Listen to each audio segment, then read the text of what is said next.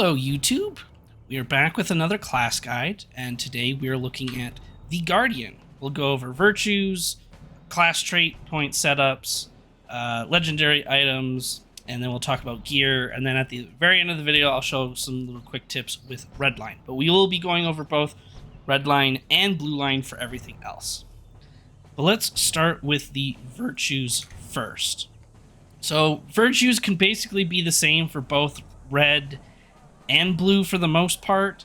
Essentially what you're going to want, let's reset this here, is you're always going to want fidelity. You're always going to want honor. Those two are a must-have. They give us tactical mitigation and morale, or vitality. But in either case, though, we definitely need those. From there, it's going to kind of depend on a couple things. To start, I would recommend tolerance because it's going to give you the highest amount of tactical mitigation, which can be a little bit tricky for the heavy armor classes. Depending on how much gear you're willing to dedicate to mitigations, tolerance is a nice way to kind of keep up with that. At this point, you're kind of looking at now a couple of options, where if you need more morale, you do fortitude.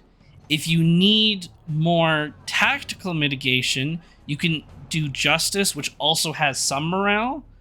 You can also do compassion, which will give you more tactical mitigation than justice, but less tactical mitigation than tolerance. If you're at this point, if you're not worried about tactical mitigation, then you can do more morale with loyalty. You can also do finesse with wit, which is great because it's also going to give you some crit rating.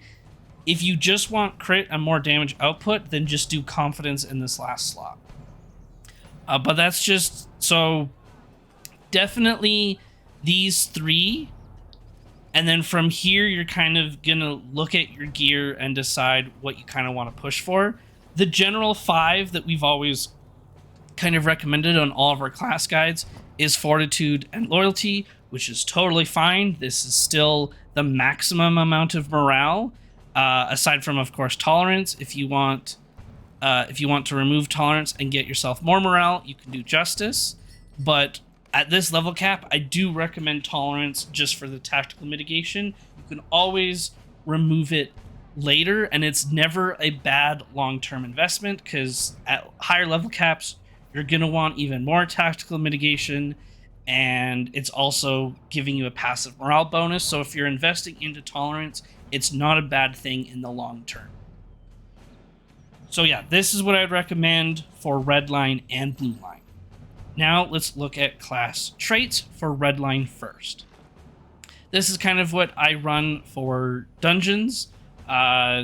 Essentially what we added here is crit rating and the Warrior's Guile for just 1 extra % of mitigation and critical defense. The evade stuff doesn't matter, but the critical defense and tactical mitigation is really good. If you wanted to be a little bit more efficient in raid, what you can do is remove 1 or 2 points from tireless blows, and you can finish off tenderize, or just take 1 point with these 5 points spent here like this, and put 1 point into singular focus. This will give you a tactical and physical mitigation debuff that is applied on the enemy or on the boss whenever you crit. This will obviously help your damage a little bit, but it will also just help the damage output of everyone in the raid. So in a raid scenario, it's more efficient to get singular focus, and you'll have to sacrifice some points from your reset with brutal assault and just to get there. Otherwise, in a dungeon scenario, because of how easy the dungeons are, and things are going to fall over quite quickly, having the reset, right, essentially 50%, because of how much you're using parry response skills, 50% is almost guaranteed, is almost 100%. Like, it just feels that way, right? Between like the 3 to 4 skills we used to trigger parry response chains, you're gonna get the reset guaranteed with the 50%, and it just feels really nice in our rotations. In terms of legendary items, you're going to want 2 Heraldry of the Sparrows for maximum amount of crit and maximum amount of vitality. You're going to want 2 Heroic Precisions to further increase our crit and get that 3% crit chance. You will want 1 single target attack damage tracery, 1 damage over time, and then for class traceries, you will want parry response, sweeping cut damage, and critical chance, which is one that is new that we added at this level cap. You're going to want stamp cooldown and damage. If you have not added it yet from 65, this is where you want to add it at 75, because there really isn't any other tracery options when on our weapon we're slotting to the king damage, overwhelm damage, and critical chance. And then as a new one that we're adding with this level cap is brutal assault damage. So after brutal assault is added, and some of you may have even had it added at 65, so then you're just adding sweeping cut and stamp cooldown. There really isn't anything else. The only other like really good damage tracery is sting damage, but even then we don't really use sting a whole lot in Redline, and getting the gold version of stamp cooldown and damage aligns the cooldown with sweeping cut, which is really important in our rotation, which I'll get into when we do tips and tricks. So if you really think this stamp cooldown is silly, you can go for sting damage, but I do recommend watching the tips and tricks so that you can see why the stamp cooldown is actually really important. All right, that's the traceries. Let's quickly discuss gear. Honestly, for the most part, in Redline, you're going to want 1 earring as either agility or might, like the Great River agility or might earring. I have the might one on right now, but you could make this an agility one if you really wanted more crit. You're going to want a Great River might or agility bracelet, and then a second Great River might or agility bracelet, depending on if you need the mastery or the crit. All right, for the limelight stuff, we have a couple of options to work with. So if you don't care about mitts at all, and you're going to get mitts from all of your other gear, the Vagabond set is perfect for that. It's going to give you a lot of mastery, a lot of crit, a lot of morale, and a lot of finesse. It's just not going to give you any mitigations. So that's something to keep in mind, but I do think that's probably the best Redline one, as long as your mitigations are handled elsewhere. For a better middle ground option, you can look at the Exemplar set, which will give you, you're sacrificing finesse, morale, crit, and mastery, but you're gaining a lot more mitts. You're gaining about 450 mitigations rather than 0. So you're sacrificing like 300 morale, 100 finesse, a couple hundred mastery, 100 crit for the 450 mitigations. So if you want something a little bit more middle ground and safe, because you don't know how the rest of your gear is going to turn out, or you don't have, the best gear yet, like your cloak and your neck and stuff like that, the Exemplar set is a really good middle ground. If you are not worried about your mastery, and if you are not worried about your crit, there's 2 other options that you can do that is strictly for mitigations, which is the Sages set. Sages, yeah, it's right there in front of me. The Sages set will give you 950 mitigations, but you're getting half as much mastery as every other set. You're losing about 300 to 400 crit rating than the other sets. You're losing about 300 to 400 morale than the other sets, but you do still maintain a decent amount of finesse, comparable to the other sets. So if you really want the mitts, that is an option. The other option for mitts, which will also give you slightly more morale than the Sage's set, is the Mender's Bauble. So the Mender's set will give you slightly more mitts and slightly more morale than the Sage's set, but you're losing out on all the crit rate. So just keep that in mind. But so it really depends on the gear that you're trying to go for. Honestly, I think if you don't need mitigations, the Vagabonds set is really, really good.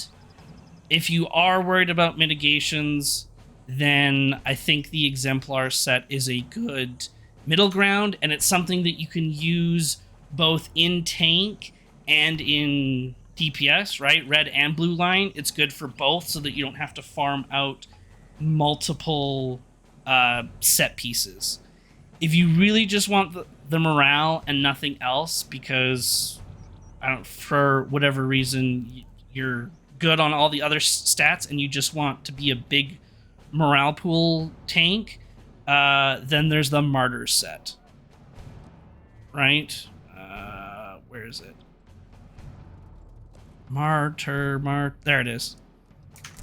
Martyrs set will give you over 2,600 morale total.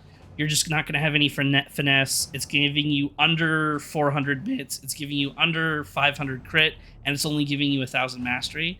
So it is meant to be the tank set for the most part, but everything else still kind of gives you more mitigations in the long run anyways. But that would be, I guess, a good third option if you're really not worried about anything else. Once again, I'll put these stats in the description below so that you can actually look at it and compare it yourself and kind of keep it in mind as you're gearing for yourself. In terms of your armor for Redline, you kind of got a lot of freedom. Because the armor's a little bit weird for Redline, where you really only need 2 armor pieces. And then everything else is kind of whatever you want, which can be fun. But some people don't like that, and that's okay.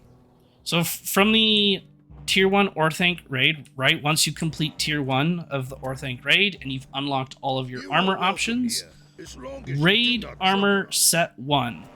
You get 2 of these armor pieces and you get 25% more bleed damage. That is all you need.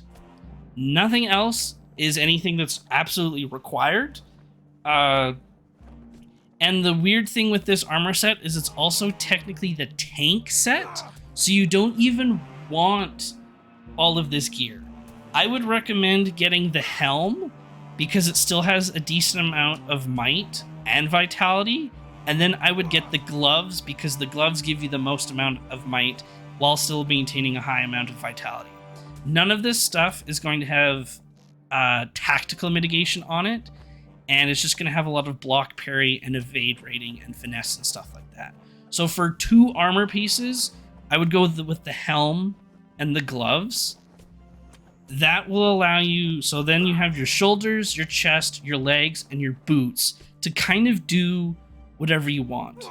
The other armor sets don't give you any bonuses. So this is another different tank set, and it's just giving you shield damage, which you don't need, and Guardian's Pledge cooldown, which is nice, but not necessary. So out of the pieces that we would need, sure, the chest piece has some might on it, but it's not a lot. The legs don't have might on it. The boots have a decent amount, so it is an option if you wanted to. But the Shoulders also don't really have that much might. So then your only other option for gear is the third armor set, which is supposed to be the DPS focused one, except the set bonuses won't really matter. Yes, you can do the 4 armor set here and get the improved Sting has a chance to apply a physical mastery buff, which isn't bad by any means. So then you could fill out the rest of your slot, right? You've got shoulders with more might, chest piece with more might, legs with more might, and boots with more might. So this is the DPS set.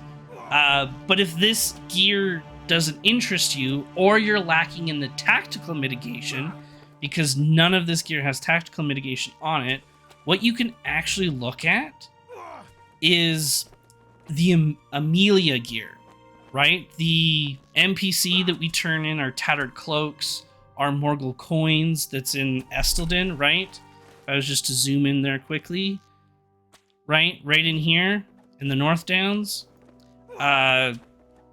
you can barter for heavy armor with Tattered Cloaks, and the gloves, the legs, and the shoulders all have tactical mitigation as the actual armor, like as an actual stat on the armor.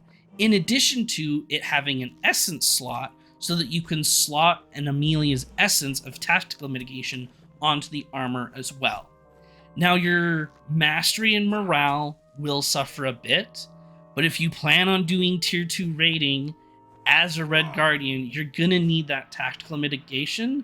So 2 to 3 armor pieces from Amelia to get that tactical mitigation up is going to be necessary, especially if you aren't getting the tactical mitigation from the Limelight jewelry, right? Because if you're running the Zero Mitts crafted Limelight set, right, you're gonna need those mitigations from elsewhere.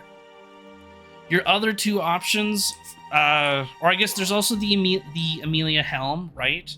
She has the golden helm that you can barter for, and there's the 4 or 5 essence slots. However, we do like the helmet as that red line or that bleed damage set, right? So that's why it's not as nice, and you're gonna want the Amelia shoulders, legs, and gloves if you really need that tactical mitigation.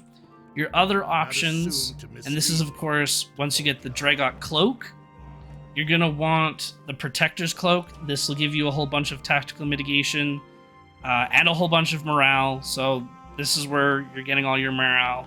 If the rest of your jewelry is focused on mastery and crit, you're gonna need the tactical mitigation from this cloak. And then when you get the broken clasp from Saruman, you can upgrade it again to get even more tactical mastery and mitigation. Or sorry, tactical mitigation and morale. My apologies. There's no tactical mastery on this. We don't need that. And this cloak will last you until 85. Like, this is the best cloak that you can actually have at 85, so you're going to keep it for a very long time, so it's a great investment. The other source for tactical mitigation is going to be your neck. Honestly, you're going to really want this neck. So if you're able to get a clasp before getting into tier 2, then this is the neck you're going to want. Otherwise, you're going to go for the Onyx and Emerald necklace so that you can get the tactical mitigation here. And so between your neck and your cloak, you're looking at I think that's about 1,000 when it's fully upgraded. 600, maybe it's closer to 600. Maybe I was a little bit optimistic there. 700, about 700 tactical mitigation between the neck and your cloak, which with the Amelia's armor set and the virtues that we talked about should be more than enough mitigations for you in Red Line. Alrighty, let's talk about Blue Line now. So moving on to Blue Line here. This is the trait setup I would use for blue. Let me just put on my shield and tactical stuff. There we go. So blue line. This is kind of what we're looking at. Essentially, we're adding all of our points further down the yellow tree, taking a few things out of blue, because what we really want is War Chant. War Chant is the must-have in this expansion. It reduces the amount of damage enemies deal to us and the raid in general. It only hits 3 targets, but there are ways to increase that, which we'll get into. And this is super important in the Tier 2 Challenge Orthanc raid. This will be essentially your bread and butter for the Fire and Frost wing, where you fight the 2 giants. This is going to be super important. So this is the trait setup that I would use, and there isn't really a whole lot of wiggle room. If you really wanted to, you could, in a single target scenario, you could get rid of the shield smash multiple targets and add it to bolster if you really wanted to, but generally speaking, this is going to be your setup for raids and for dungeons. Looking at our traceries and our legendary weapons, you'll want 2 Heraldry of the Oxes for the most amount of might and vitality. You'll want 2 Grand Willpower for the tactical mitigation. You will want baseline or base morale multiplier. And then we are going to sadly have to remove the incoming damage reduction, because we want to add the area effect target increase, which it makes it so that all of our AoEs hit, like, I think at gold tier it's 4 or 5 more targets. It could even be 6. I don't remember off the top of my head. But you're going to want to remove this tracery with a scroll from the store, which is annoying, but you want to remove it so that you get to keep this for future level caps. Because obviously if you have the gold tier, you're going to want to keep it because you farmed up for it, right? So you want to keep it. Hopefully the store loads here soon. But you're going to use the... Oh, here we go. Tracery... Boom. Tracery Reclamation Scroll. Buy this. Use it on this tracery. Then this tracery will appear in your inventory. And then you can slot in the increase area of effect target count for free without needing to destroy this. This is super important for the raid because of how the Fire Frost, the giants, the 2 giants, how that fight works in the raid, where one tank is on one giant, the other tank is on the second giant, and then adds are going to spawn. You don't want to use challenge in that scenario, because when you use challenge, you're going to force taunt the other giant onto you, and it's going to cause a whole bunch of problems and issues. Everybody's going to panic, and it's going to make everybody's life difficult. So instead, you get the area of effect target count increase, so that War Chant will hit multiple targets beyond 3, right? You want it to hit, we're going from 3 to, I think, at least 6, but I believe it goes up to 9. And that will allow it so that when you hit War Chant, you're technically not force taunting the other giant, you're just making it do less damage, but you're also greatly increasing your threat on all of the adds that just spawned.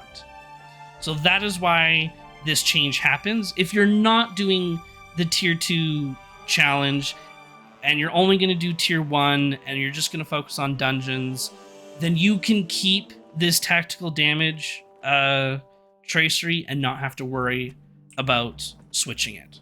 I just wanted to mention it for those that are looking at doing the tier 2 challenge or think raid. Alright, moving on to the rest of our traceries.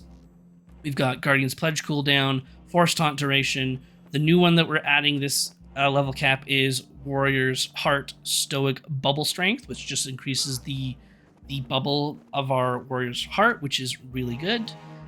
We have Warrior's Heart Morale Heal, Catch a Breath cooldown, and the other one that we're adding is Turn the Tables. This is more of like a personal preference. essentially you can put on anything else if you really wanted to. You could even put on sting damage if you really wanted. Turn the tables cooldown is just nice to have because there is so much that stuns at this level cap. There's so many world quest mobs. There's every dungeon, all the raids, essentially every boss, everything stuns you. And because lore masters can't keep a stun immunity on tanks anymore 100% of the time, just to make your life more bearable, turn the tables is just nice to have. Reduces it by 15 seconds, so it goes from 45 to 30 seconds, which is really nice. And in addition to that, it also just gives you some extra vitality, which is just a great bonus. So that would be the legendary items. Let's now talk about gear. Really easy to gear for blue. This set here, the Indomitable Protector, is the best set you can get for tank. You want the 4-set bonus. It is the Galtrav set, right? So I'll go quickly over there because it's nice and quick to get to. But it comes from the little dwarf over here, right? That was the Stable Master. This is where your milestone is. There's the training dummies. Just to the right of them is this dwarf. This is where you get the gear. And it's really easy. It's just skirmish marks and medallions. You barter for the gear. Boom, your 4-set is done. And you can get all 6 pieces if you wish. It's going to give you a whole bunch of morale. However, it doesn't have tactical mitigation. Once again, tactical mitigation is a bit tricky, so we have to look at other sources. One source, which we talked about in Redline, was the Amelia gear, right? The gloves, the shoulders, and the legs all have tactical mitigation on the armor, in addition to also having an essence slot, which you can then slot tactical mitigation onto it. There is also, of course, the helmet, which has the 4 or 5 essence slots, so that's another great source of tactical mitigation. Another random armor piece I found that I actually didn't know was a thing is this Enduring Scorched Armor of Victory.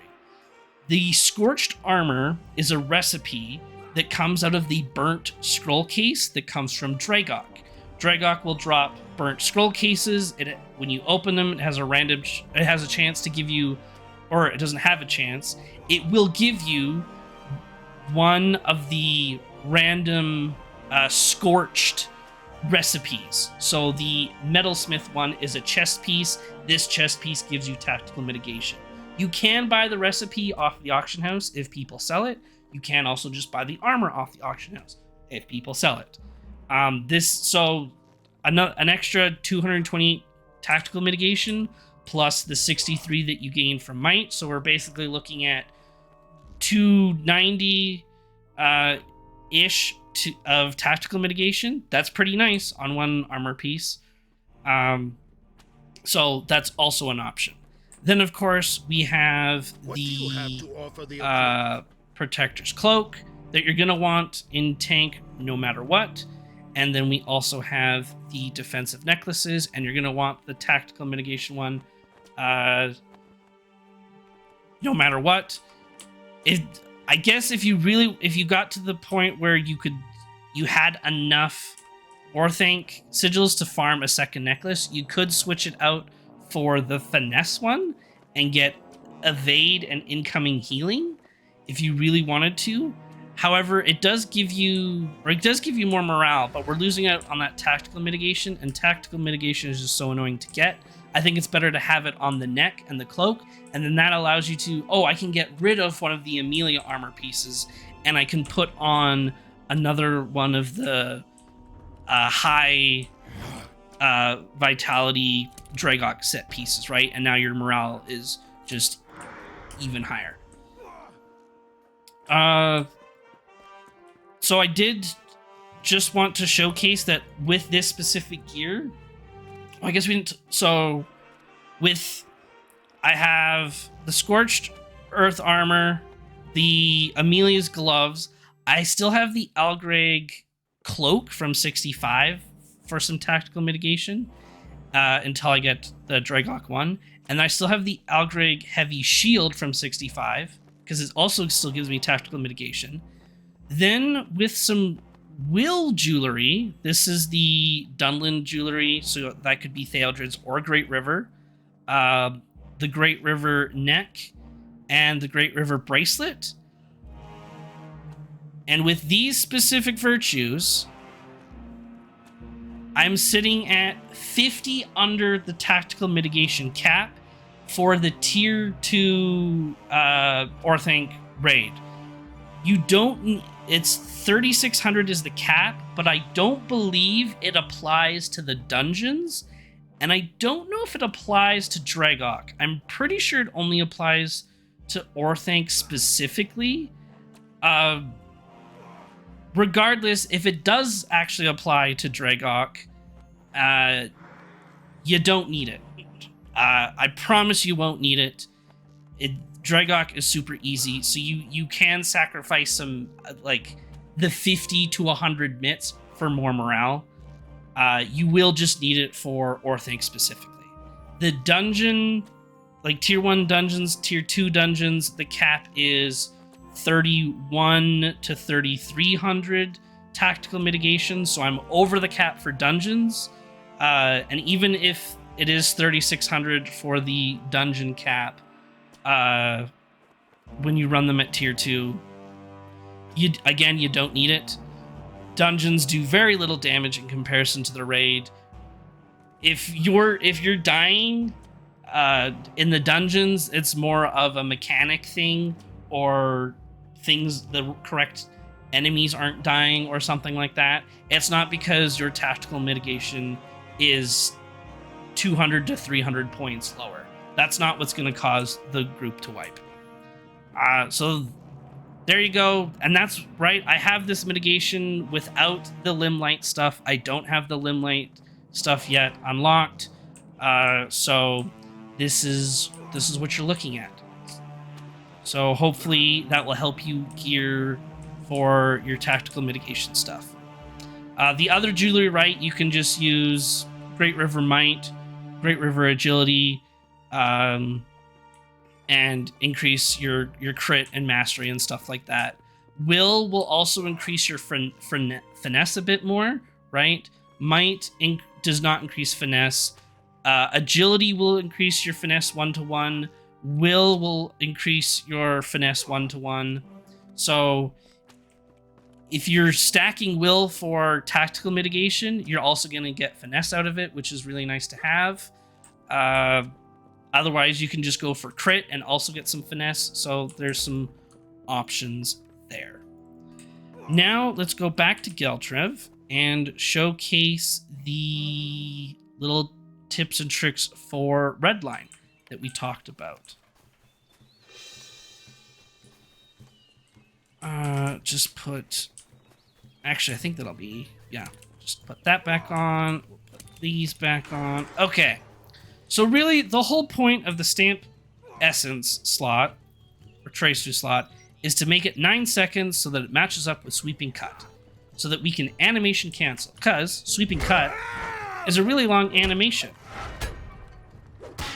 So if I'm to weave it in with other skills, I have to wait for that animation. So just something random, Sweeping Cut, and then Vexing Blow. I have to wait for the animation to finish before Vexing Blow can go off. Another example, Sweeping Cut into Brutal Assault. That's really long. It may not look long, but it's going to... You'll definitely notice it when I show you this animation canceling trick. So what I'm going to do is use Sweeping Cut into Stamp, and you're just going to see how much shorter it is. In fact, I'll even go Sweeping Cut into Stamp, then right into Brutal Assault, so that you can see just how quick we can get Brutal Assault off after. Way faster, right? Way faster. I'll see if I can... Yeah, there we go. We got a reset. So the other thing is Brutal Assault's animation is quite long. So another way to cancel our animations is with Breach. You use Breach, and you can cancel the animation of Brutal Assault. So now we essentially use 4 skills, but they go off in like a second or two. So I'm going to use Brutal Assault, Breach, Sweeping Cut into Stamp, and then I'll use Thrust at the end, and you can see how quick it goes off.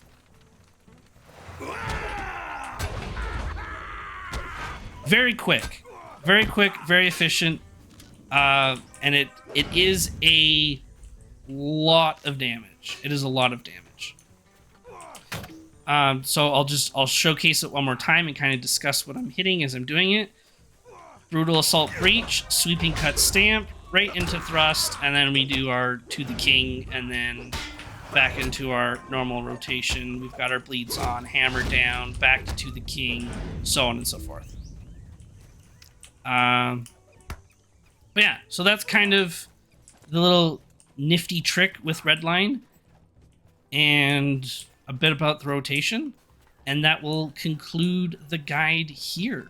Hopefully you found this useful. I know there was a lot to go through, especially when we kind of got talking about the Limelight stuff. That's why in the comment or in the description, I'll put the full breakdown of what all of the sets do, so for Guardian, so that you can kind of plan ahead and see what you want to go for.